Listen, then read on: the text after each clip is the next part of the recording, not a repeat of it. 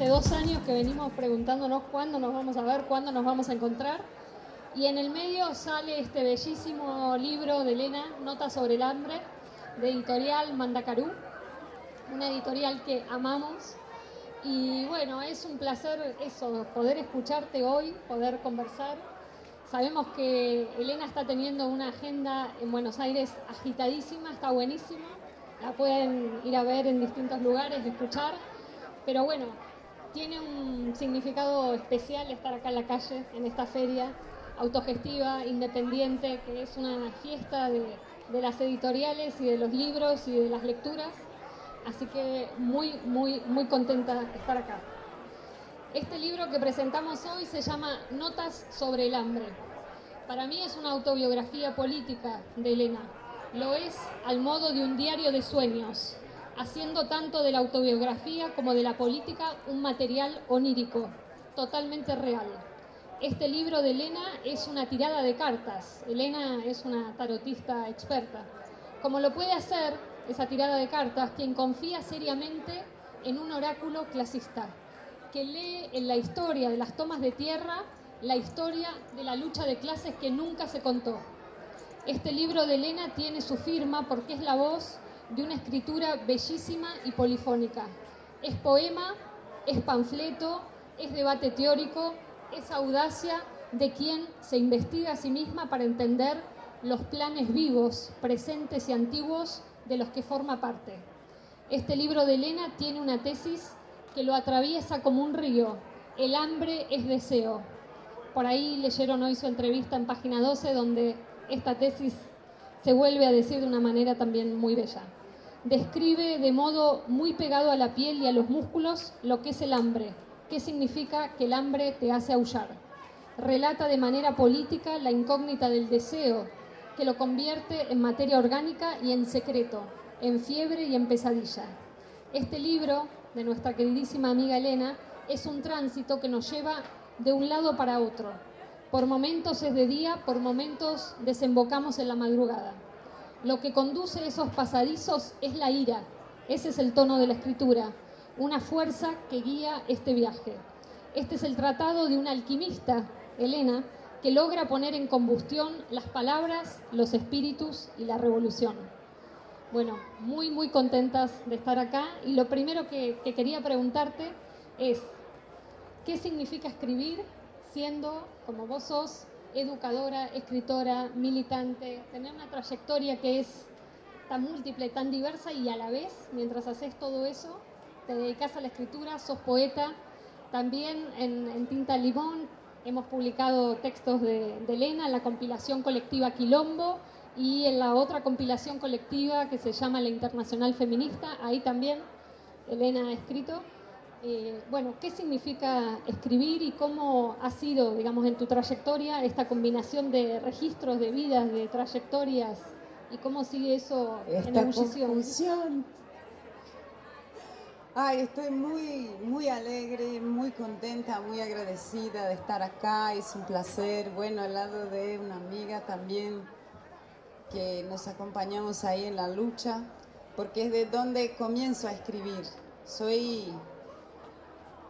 Tengo origen en una favela ahí en São Paulo, en la región conurbana, y comencé desde muy temprano en la militancia, escribiendo más que nada libretos de educación popular, volantes para organizarlos, ideas para organizar nuestras luchas por sobrevivencia, por todo. Escuchaba a las compañeras hablando acá junto con Lucy, las compañeras de UTT, las compañeras del Frente de Darío Santillán, hablando de las dificultades, y es esto. Yo escribía más que todo con esta idea de fortalecer las luchas de mi comunidad, de donde yo estaba, donde soy parte. Y por ahí después me involucré en la lucha de los sin techo y me fui con las ocupaciones de tierra, más que todo ocupaciones de tierra urbana por vivienda, donde hasta hoy hago también mis luchas y aprendo mucho ahí con las mujeres sin techo de las comunidades que me enseñan a todo momento. Y bueno, mientras una vive tantas cosas y está atravesada por esta riqueza y abundancia que existe en el medio de comunidades pobres, que sufren con el hambre, con el desempleo, con la violencia, con el racismo, pero que al mismo tiempo están generando abundancia permanentemente para sobrevivir como comunidad. Yo fui atravesándome por historias de personas increíbles y creo que escribir fue la única manera de no volverme loca con tanta vida que me atravesaba, y fue así que más o menos fueron haciendo estas notas y también todo lo que voy escribiendo. Y es una alegría poder compartir acá también, que sé que el movimiento está construyéndose en luchas que a todo momento también buscan sanar esta hambre, no solo de alimentos, sino que también de justicia, de verdad y bueno, de alegría, que al final es como nos gusta vivir y no nos dejan. Hay un cruce que es bastante llamativo, que es esto que decís, pobreza y abundancia, hambre y deseo, ¿no? Como que hace el libro un desplazamiento muy fuerte con las imágenes que por ahí se puede asociar la cuestión del hambre. Entonces meter la cuestión del deseo sin dejar de hablar del hambre. ¿Qué significa eso? ¿Cómo lo lograste? ¿Qué sentís que es la apuesta ahí? Bueno, la apuesta es en la complejidad que somos nosotros, todes, y pensando, yo cuando escribí esto tenía ganas de representar dignamente la vida de los territorios de donde vengo, y siempre nos veía representadas en la escritura como, como todo lo que nos falta, como todas las injusticias que nos tocan, pero todo eso que nos falta, aunque tendremos que denunciar, no resume lo que somos. Y si no nos explicaba cómo estamos vivos y cómo mismo frente a todas las adversidades seguimos organizándonos, cantando, produciendo poesía y generando sueños, que es también ahí donde está el deseo. O sea, el hambre también es esta fuerza que te mueve, que te quita del lugar de estar parado para moverse en el sentido de intentar vivir. Y en esto está presente un deseo enorme, que es el deseo por la vida. Y este deseo también nos mueve, junto con esta hambre, a producir otras salidas, otros caminos que son cosas que, bueno, en mi país necesitamos muchísimo, ya saben, pero seguimos atravesando con mucha esperanza, con mucha organización popular, y con mucho deseo, y que esta hambre tan grande no nos puede quitar. Voy a hacer una cita de una compañera de Mandacarú, de Lucía Tenina, que está ahí, que ella dice que tu familia son las tomas de tierra y también los araús. Entonces, si podés contar qué significa que tenés esa afiliación poética con el territorio, pero con los araús, y por ahí contar un poco qué son los araús y qué han significado. Ahí en Brasil hay estas movidas que ayer me explicaban que quizás se pueda traducir como peñas poéticas, que son espacios donde en finales de los años 90 nos juntábamos entre jóvenes en los barrios que no tenían ningún espacio cultural, generalmente en un bar, que era lo que nos tocaba ahí en las favelas, para compartir la poesía que hacíamos, la música, las ideas, charlar, hacer también este momento de alimentarnos de nuestra propia arte, producción. Y yo soy parte de uno de estos saraos, que es el Sarau do Vinho, que está ahí en la periferia sur de São Paulo, que es donde vivo yo y donde actúo también. Y fue en este lugar que se me ocurrió que todo esto que yo escribía toda la vida como notas para mí misma, para no quedarme loca con tanta vida, pudiera convertirse en literatura también, para compartir con quienes no conocían esta realidad donde yo estaba. Y yo me fui a vivir sola muy temprano, con 17 años, y puedo decir realmente que la gente de los saraos, de las tomas de tierra y de los barrios, cómo terminó de crearme, de educarme, y me han enseñado un montón de cosas que que las llevo conmigo siempre. Y mi comunidad también está acá, en este libro, está acá conmigo y está siempre.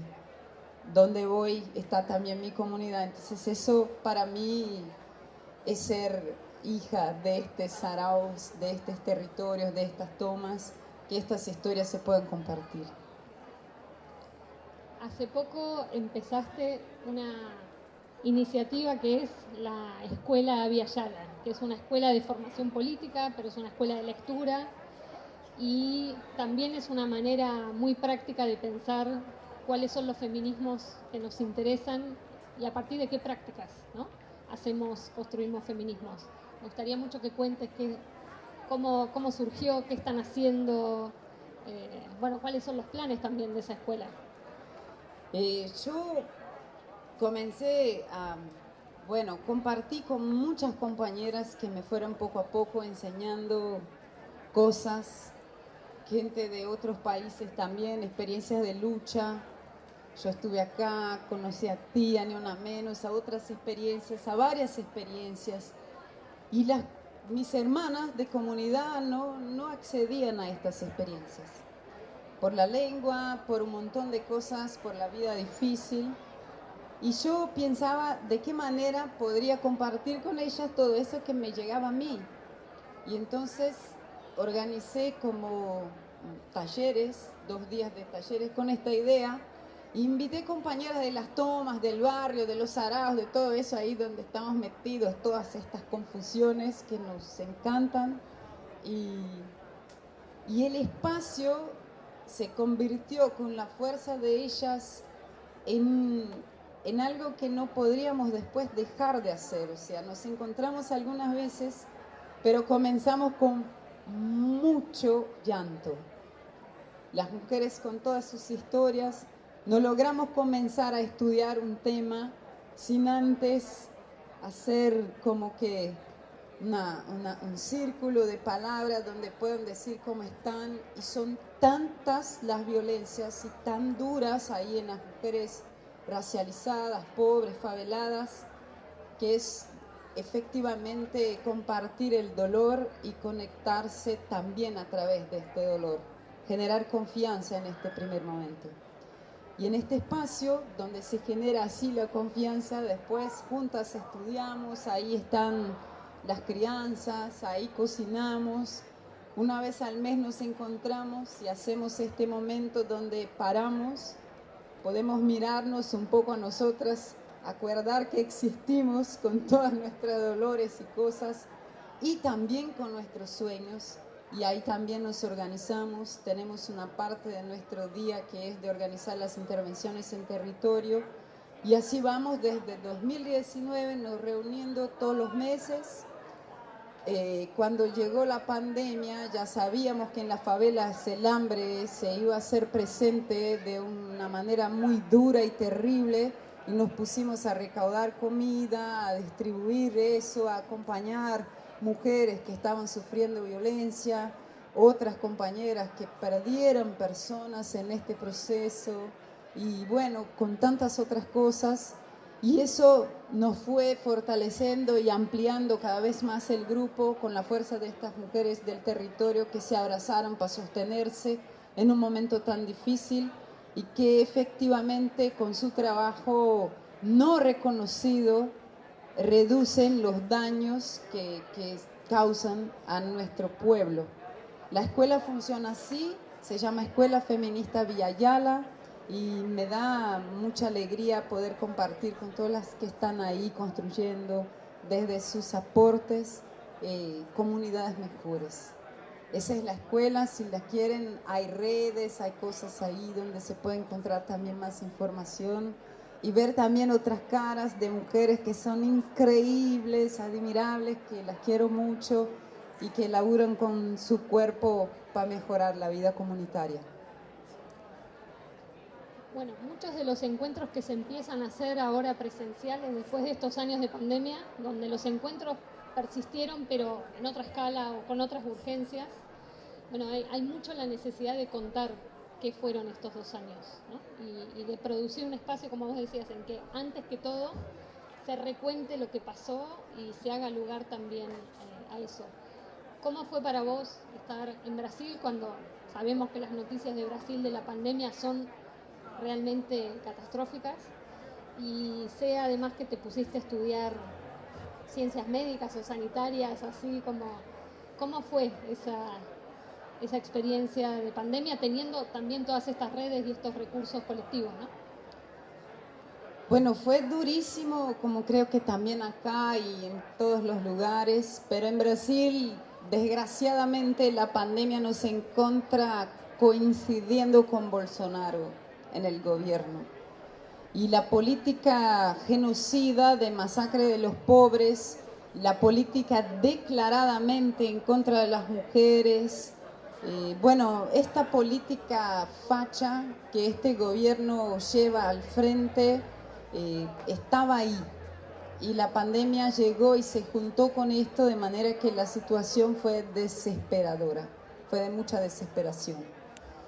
Pero como siempre suele, estamos ahí desde abajo produciendo política y mismo con todas las dificultades, ya sabemos porque venimos aprendiendo a lo largo de 500 años a manejarnos sin contar con las grandes estructuras y poniendo fuerza y consiguiendo fuerza más que todo de las cosas que se construyen desde abajo. Entonces fue súper difícil. Brasil, mucha gente murió, el hambre está así como... Yo cuando escribí esto no me imaginaba que el hambre iba a volver con esta fuerza y tan terrible entre nosotros. Como tampoco podría imaginar cuando en 2019 comencé a estudiar eso, estudio salud pública en Brasil. Yo no tengo grado, recién conseguí entrar a la universidad y estudiaba justamente esto cuando todo llegó. Y en realidad que esta, como otras pequeñas coincidencias, son las que nos ayudan a movernos, porque yo estaba ahí y buscaba a mis profesoras y decía, bueno, tienen que ayudar porque tienen que irse a la comunidad. Las orientaciones que nos están dando no nos sirven, de que una persona se quede en una habitación y otra en otra, porque la gente vive en casas que no tienen 2 habitaciones, que se lave las manos no sé cómo, pero no tenemos agua, o sea, y en realidad sentí mucha alegría de poder ser un puente entre un conocimiento necesario y la gente que le necesita este conocimiento para vivir.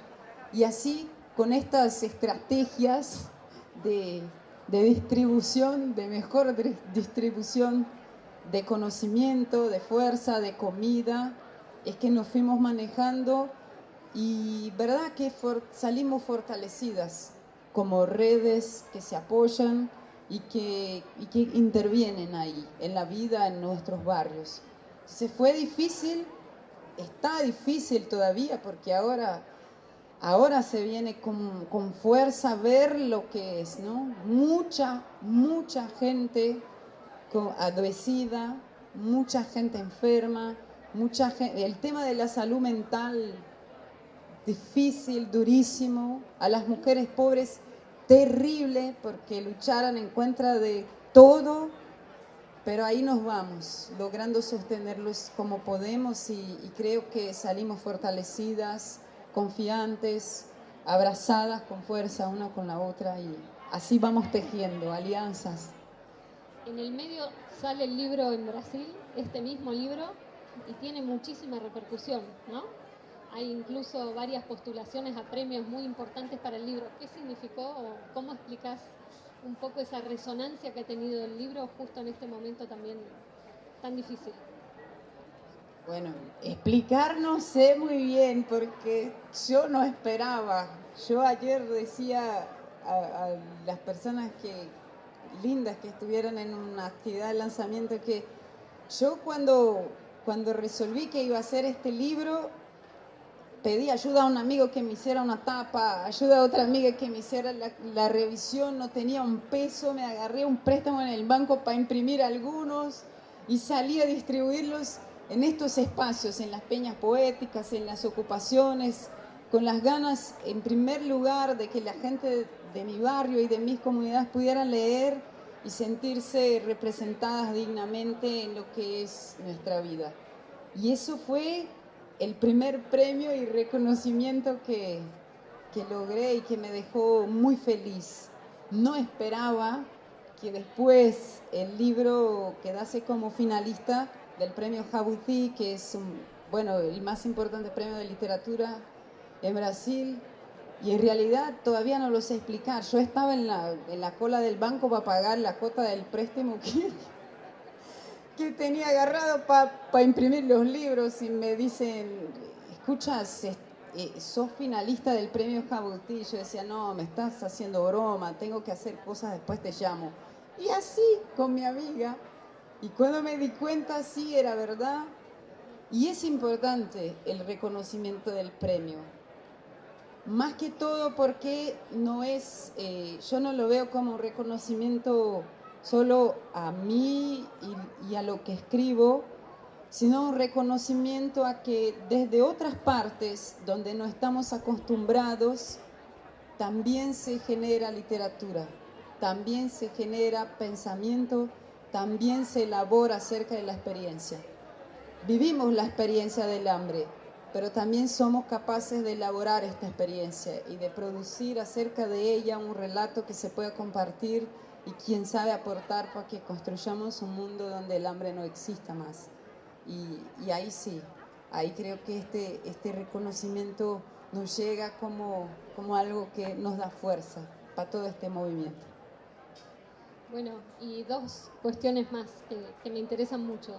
¿Qué es lo del oráculo clasista? A ver si nos puede compartir qué tipo de tirada de cartas hace, que le llama así oráculo clasista, lo pueden seguir en Instagram. Es muy interesante, pero bueno, ¿qué tipo de narrativa y de saberes deja filtrar por ahí? Eso de hacer entrevistas con los amigos y las amigas termina así, porque saben un montón de secretos. Yo, aunque tuve varias cosas con la religión, porque salí de casa muy joven, una vez que mis padres se han convertido en religiosos y esto se convirtió en un conflicto, porque yo ya era militante desde los 13, y pasé por un momento de tener mucha rabia, porque pensaba así como que la religión se le robó a mi papá, a mi mamá, a mi familia, y después yo fui comprendiendo con el tiempo que es muy importante para las personas todas poder creer en algo, más que todo cuando vivimos ahí cercados de tanta violencia. Y así, aprendiendo esto, fui también abriéndome a comprender otras sabidurías. Sabidurías que también está en la gente, sabiduría de los pueblos indígenas, con sus encantados, que es como llaman los espíritus de la floresta, con la gente, con el pueblo afro brasileño que alimenta sus orillas y les pide ayuda en estos momentos donde somos masacrados. Y también llegué a la astrología, pues, que también es otra manera de decir de las cosas y por lo menos para mí ofrece imágenes muy bellas para compartir ideas acerca de la vida y de lo que está pasando. Así yo, junto con otra bruja, Nazaret Castro, una gran amiga también, que la conocí por acá y que también le gusta estas cosas, nos juntamos anónimamente para compartir algunos textos con estas imágenes que son al mismo tiempo, qué sé yo, astrológicas, pero clasistas. Porque no puedo creer que una persona sea pobre porque no está vibrando bien en la abundancia, porque no aprendió a hacerlo bien. Pero creo que sí hay fuerzas que no vemos y que también están disponibles para ayudarnos en nuestras luchas. Así, por ahí más o menos va esta confusión de oráculo clasista. Elena, se van a cumplir 4 años del asesinato de Marielle Franco y de Anderson. Bueno, ¿qué significa su figura? ¿Qué además se ha podido hacer o no hacer respecto a la búsqueda de justicia? ¿Y qué significa ella para ustedes, para el movimiento, para las distintas colectivas? Bueno, nos acordamos mucho que eso fue en el 2018, lo que significó después la marcha El Henao, ¿no? En rechazo a Bolsonaro. Ese discurso de asunción de Bolsonaro en enero del 2019 haciendo de el combate contra la ideología de género famosa uno de sus caballitos de batalla. Bueno, ¿qué significa eso hoy? Eso es una herida muy grande por varias razones. La primera quizás es porque la democracia representativa nos representa muy poco.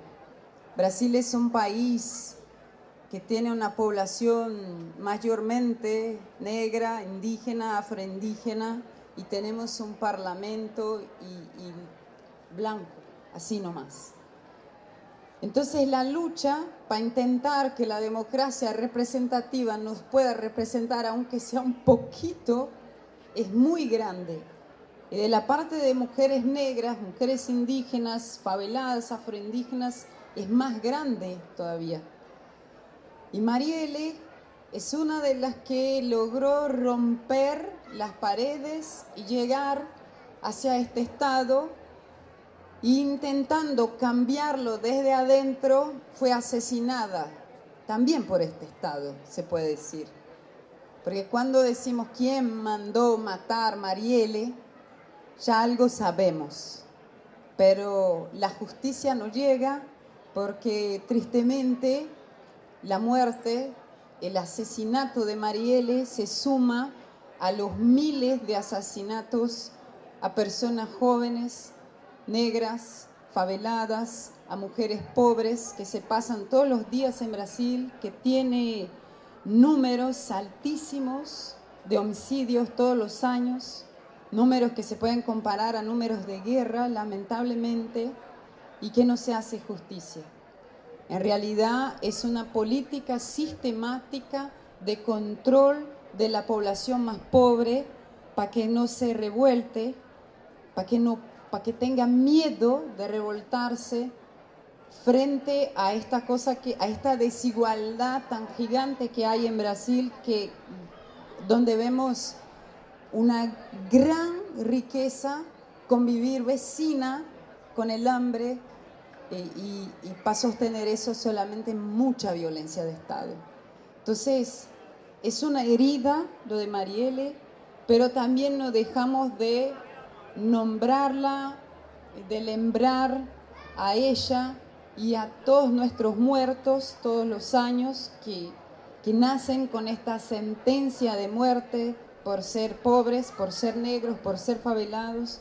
No dejamos de nombrar porque nuestros muertos, nuestras muertas siguen con nosotros en nuestras marchas.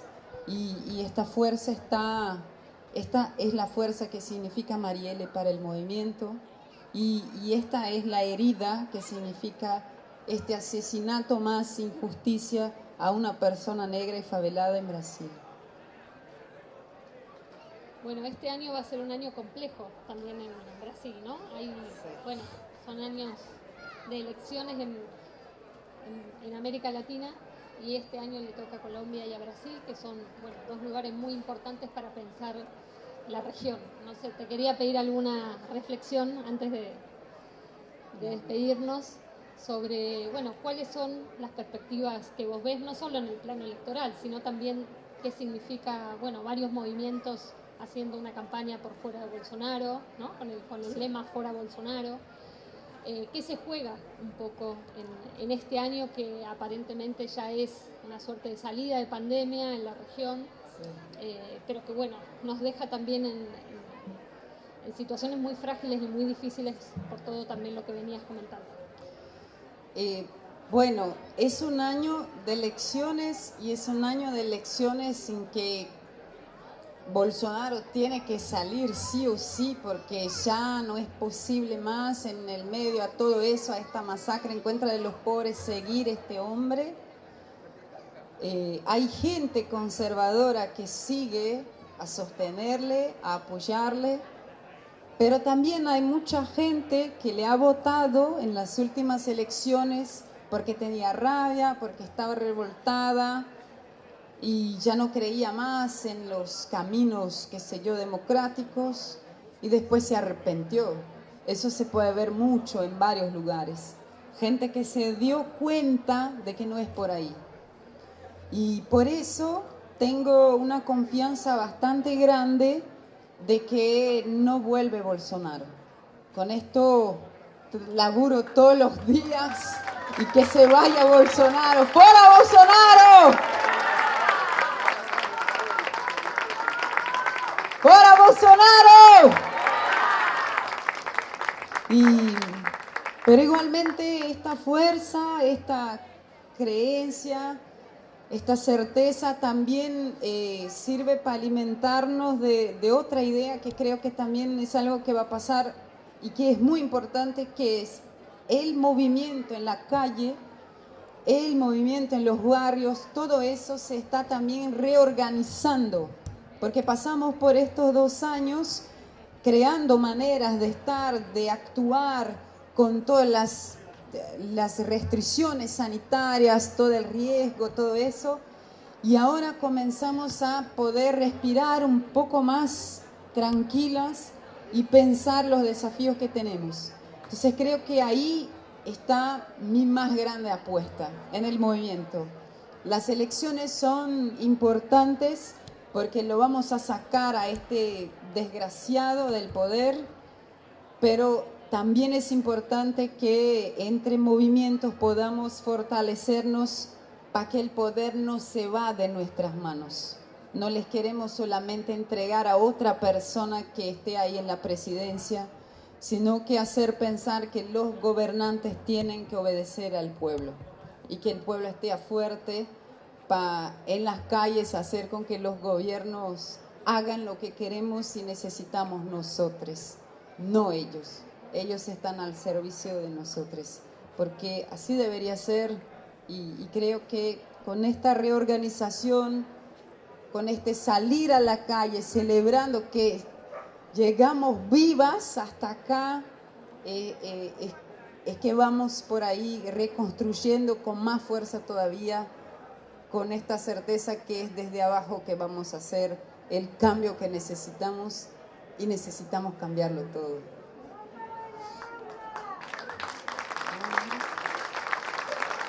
Para cerrar esta hermosa celebración del libro de Elena, Notas sobre el hambre, editorial Mandacaru, Elena va a hacer una lectura.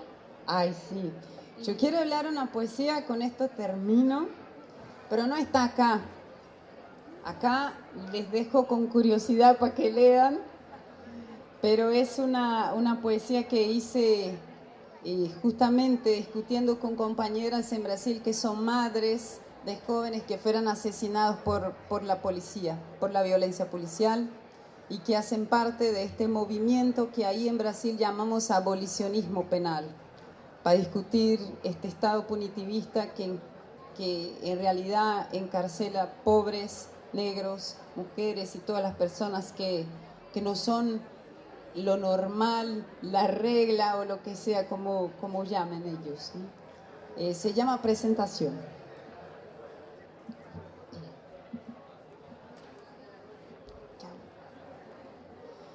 Eu me arrisco a fazer uma cestilha, porque sou avexada pra falar. Não pari, não embuchei, não tive filha. Sou mulher, sou migrante, não sou ilha. Eu sou terra que anda e eu vou andar. Me apresento aqui no meio do tempo, sou guiada na luz das Três Maria. Santa dos pés rachado é quem me guia, e o relógio do sol eu trago dentro desse mundo sem teto. Eu sou rebento, sublimada na força da partilha. Com mais de 500 anos de idade, meu passado sumiu das suas vistas, e as estátuas todas da tua conquista são um roubo da minha liberdade. Se a memória não tem capacidade, o meu canto resiste à tua maldade. De apanhar virei abolicionista. Gracias, gracias amiga, gracias a la feria, gracias a todos que hacen del libro una lucha por compartir esperanza y fuerza para reconstruir el mundo, que es lo que nos toca. Elena Silvestre, presentando Notas sobre el hambre, junto a Verónica Gago. En este enorme agradecimiento a Elena por estar aquí presente. Mandacaru en el puesto 16, encuentran el libro. Y adentro hay un patio de comidas que no sé qué